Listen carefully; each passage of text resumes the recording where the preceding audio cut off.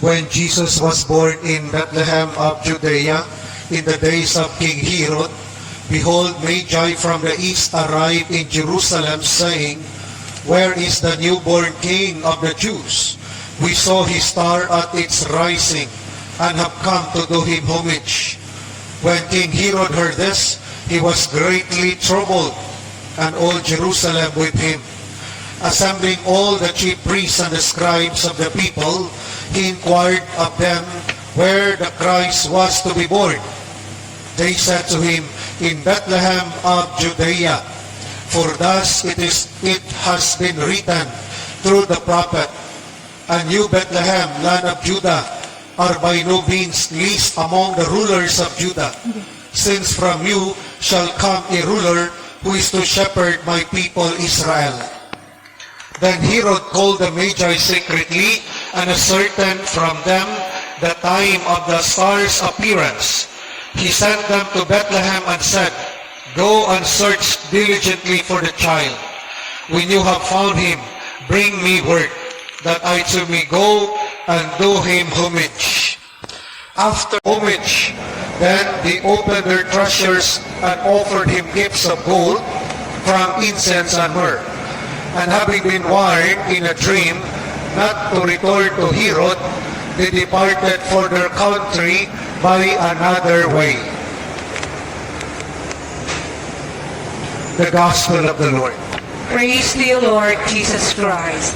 Please be seated for the homily. With today, we celebrate the solemnity of Epiphany. Ano yung Epiphany? Epiphany, revelation, pagpapakita. Epiphania, pagpapakita. Ang Diyos ay nagpapakita sa pamamagitan ng kanyang bugtong na anak. So Jesus, God, revealed to us. Yun ang ibig sabihin, Epiphany.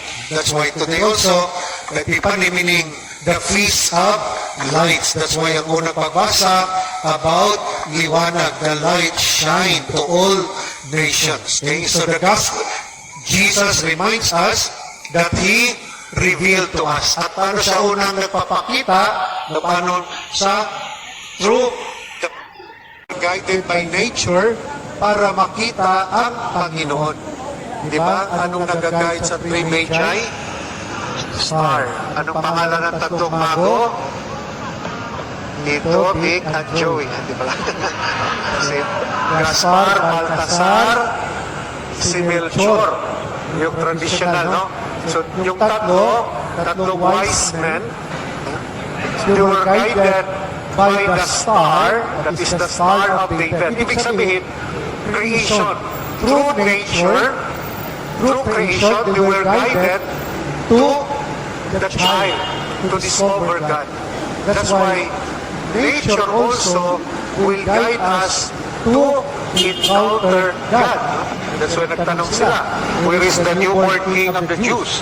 We saw a star at its rising and have come to do him homage. Through nature, through the star, they were guided. And that reminds us that nature, remember, nature also a creation of God. Before tayo na-create, ang unang ginawa ng Panginoon, ang kalikasan in the beginning, di ba? The first day, light and darkness. Ginawa niya yung lupa, yung langit. But on the sixth day, last day pala tayong ginawa. Dahil on the seventh day, nag-day off ang Panginoon. The seventh day, the Lord rested. That's why the seventh day of the Lord. Okay? Ibig sabihin, ang buhay maski may kadiliman, no? You thought na iniwanan ka na, tandaan mo, in darkness, si Lord ang kasama natin. Okay? That's why, at hindi sila gumigip up, nakita ng tatlong mago ang Panginoon by the guidance of the star. At bago na, nakarating na sila, anong lugar ang napuntahan nila? Doon sa Judea, at nag-courtesy call muna sila. Sino yung pinuntahan nila? Haring King. Walang nakasagot. Si King Herod. No? Siya yung hari doon. At alam naman natin, nasabi ni Herod, hari siya, pero ayaw niya na mapalitan. That's why yung pinatay nga, December 28, Holy Innocents. Sa sobrang insecurity niya, pinatay niya yung mga kasi nakita namin yung star of the newborn king. Nataranta siya.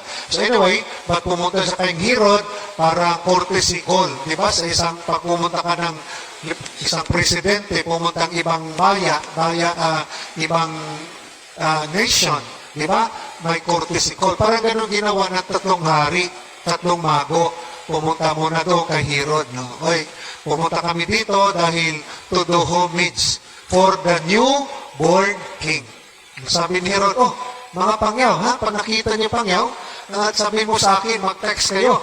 Ako rin, pupuntahan ko yan. No? Pupuntahan ko. Pero alam naman natin, yung purpose ni Herod, to destroy the child. That's why, hindi na sila bumalik. Kasi yung nakita ng Panginoon, ang tunay na hari, meron silang conversion. Ang loyalty nila ngayon, hindi na kay Herod, hindi na sa human king, ang kanilang loyalty, doon na sa Christ the King, ang totoong hari. So, ito, the more that we truly encounter the Lord, meron ding conversion sa buhay natin. Ang loyalty natin sa kanyang kaharian. Okay? That's why I'm sure nagalit itong si Herod na hindi man lang ito nag-text, yung nakita na, yung bata, umalis na lang, baka nagalit si Herod. Okay? Pero, talagang ang loyalty ng tatlong mago, bahala na magalit ka, basta ang loyalty namin sa Panginoon. At gano'n din, that sometimes ang loyalty natin dapat kay Lord lang. Sometimes loyalty sa mga kaibigan, hindi naman kay Lord. Tularan natin yung tatlong mago. Yung loyalty natin, number 1, saan? Kay Lord. Okay? So, dumating yung tatlong mago, no, nagsimbolo to na of all nation. That's why, ang kaligtasan ay para sa lahat. Kasi iba-iba sila pinanggalingan.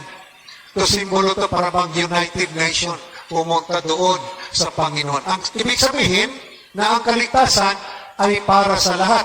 Anong sinabi dito sa ikalawang pagbasa?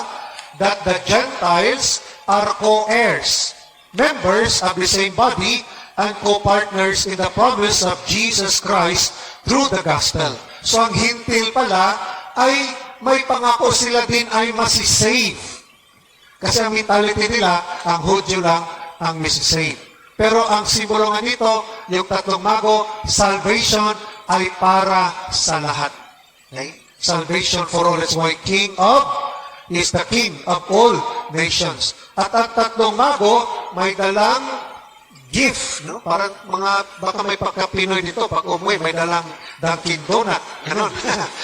Okay. So, tatlong mago, di ba? May dalang gift. At itong gift nila ay may simbolo to kung ang identity ng bata. Di ba ano yung gift nila? Ano? Gold, frankincense, and myrrh. O ano ibig sabihin? Gold. Anong ibig sabihin ng gold? Kasi at that time, pag bumisita ka ng hari, dapat ang regalo mo sa hari ay gold. Ibig sabihin, siya ay king. Gold. Pero pag pinatan, ibang binigay, hindi gold. Tando ay gold. Gold. So, ibig sabihin, siya yung hari. Okay? Frankincense. Ang ibig sabihin nito, saan ginamit yung insenso? Sinong nagamit? Di ba si Sakarayan, gamit niya? Sinong nagamit ang insenso? Pari. Priest pala siya. So, he is a priest. No? So, incense, Jesus is the king at saka pari, high priest. At yung myrrh, ginagamit to pag patay na of his death. No? Namatay siya because he is a prophet. Diba? Dahil di propeta siya. Okay? So, nagsimbolo to gold. Anong gold? King, frankincense, ang myrrh, because he died as a prophet. He witnessed, no? As a prophet. Yun ang ibig sabihin yung gift. Okay? So, yung gift pala, nag-reflect, nag-symbolize kung ano siya. Okay?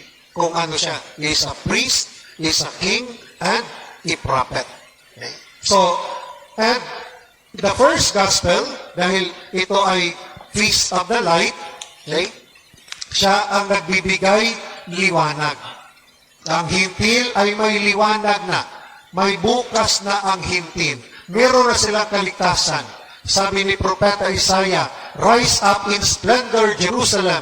Our light has come. The glory of the Lord shines upon you." Okay? Si Jesus ang liwanag. Tayo rin bilang binyagan, extension ni Kristo sa mundong ito, tayo rin ay dapat magbigay liwanag. Siya ang tunay na liwanag. Tayo ang katawan ni Kristo sa mundong ito. Dapat magbigay ng liwanag. Ang mundo ay puno ng kadiliman. Sana maging liwanag ka. Sabihin mo sa katabi mo, maging liwanag ka sa kapwa mo. Dapat hindi tayo ang dahilan sa kadiliman. Hindi tayo ang dahilan na mag-brown out ang buhay nila. Ang Kristiyano, nagbibigay liwanag. No? So, ang celebration natin, if we truly celebrate yung pagpapakita ng Panginoon, the Epiphany, ang tunay na selebrasyon ay hindi dito lang sa simbahan. Paglabas natin, maging liwanag tayo na sa pamumuhay natin, makita si Kristo.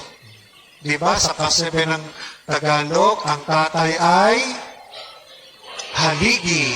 Si nanay, ilaw, liwanag. No? Pag binubog, maraming liwanag. Okay? So, ang Kristiyano ay liwanag.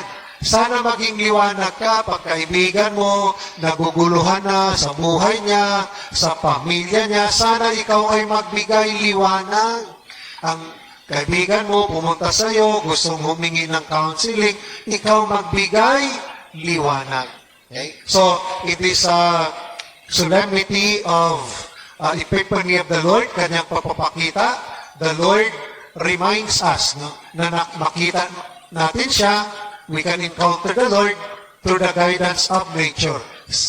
In case, dito sa tatlong mago, through the star. At ang tatlong mago, nag-symbolize ng iba-ibang bansa that salvation ay para sa lahat. Okay? At yung kanilang gift na binigay kay Lord, is-symbolize ang identity ni Jesus, that is the King, Priest, and Prophet. At bilang binyagan, bilang kasapi sa liwanag, si Kristo ang liwanag, tayo rin ay may misyon na magbigay liwanag sa kapwa. Amen. Let us all stand.